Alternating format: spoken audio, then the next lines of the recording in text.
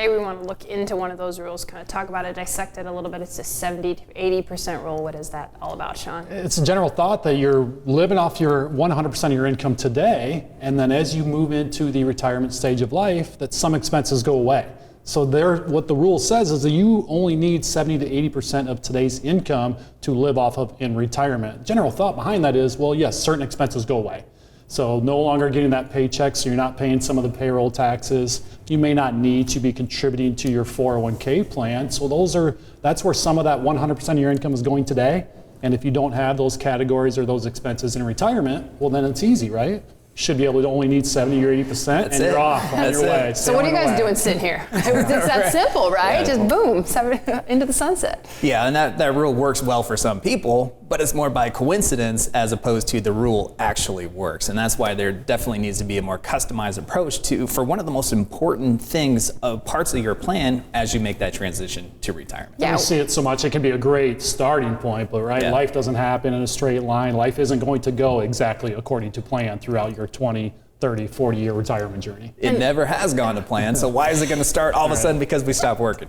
Yeah, and these rules don't take into account a lot of factors, which we will get into as we talk about this today, but you guys talk to people about how to construct a retirement income as part of the overall Your Merkle plan.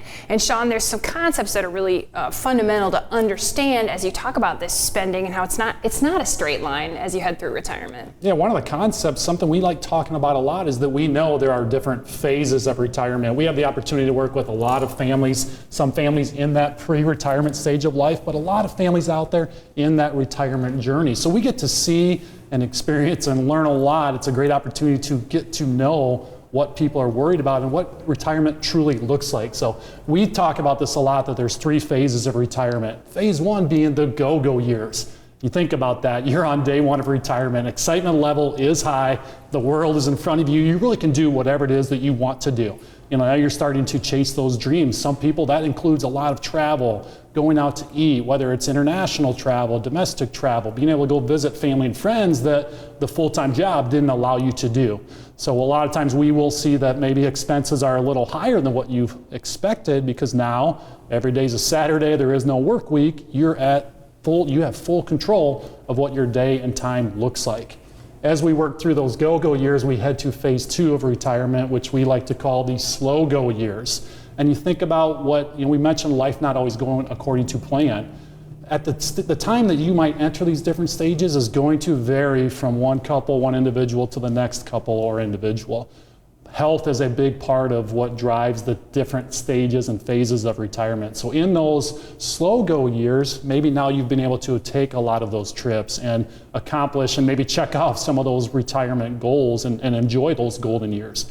Now in the slow go, maybe less travel, maybe it's you've downsized, and that's kind of the new adventure where a lot of people say they no longer want to go run a snowblower and have to use that. So having somebody else be able to do that, or maybe you're spending a part of the year, a longer time frame in a different climate at a second location. So less travel, but still really enjoying retirement and being at control of whatever it is that whatever you want your retirement to look like.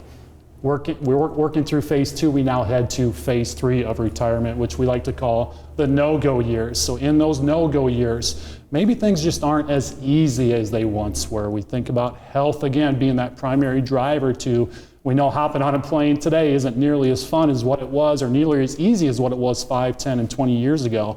And maybe you're not as prepared to go take a 10-hour road trip. So these no-go years, a little more time at home. Hopefully, ideally, it's in your own home still, but sometimes it's a matter of moving to a retirement center.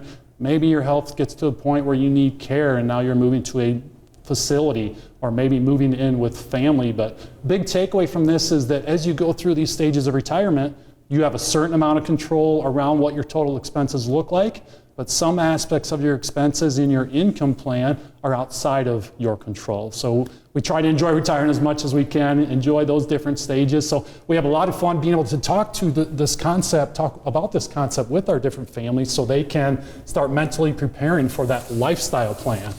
Yeah, and part of it is just the realization that life is not going to be a static increase of activity or decrease of activity. There's going to be the ebbs and flows of life, as there always has been. which is why there needs to be the ebbs and flows of the income to be able to engage in the activities, the lifestyle that you want at that particular phase of your life. And usually from a spending standpoint, Chawn, you had mentioned control, not control. Typically what we see is in the go-go years, you are spending more money on the things that you want to do, so your spending can actually increase versus what you were spending while you were working. And then during the slow-go years, your income needs actually go down a little bit as you are not engaged in as much activity. And then during the no-go years, if your spending is increasing, it's because of the things you can't control, largely due to the healthcare costs of additional healthcare needs. So we very much do tend to see a U shape as far as spending increases, decreases, and then comes back up based on the things you can't control during the no-go years. Yeah, and I think that just illustrates why these rules don't work. So let's say you're even using the 4% withdrawal rule. Well, that 4% may not get you to pay for all those healthcare bills near the end of life. So you have to have more to it than just a rule. Yeah, and the 4% doesn't actually account for your lifestyle. It just accounts for here's your account value when you retire, here's the amount that you can take out. And based on market activity that we've seen over the last decade, it can actually lead you to running out of money before you run out of time, which is not what any retiree wants to engage in as well. And this is why all of these different components of your plan need to be customized and tailored to your lifestyle. Thank you for watching this clip of Retiring Today, and don't forget to subscribe. If you have questions about your retirement plan, take advantage of the complimentary 15-minute retirement checkup phone call.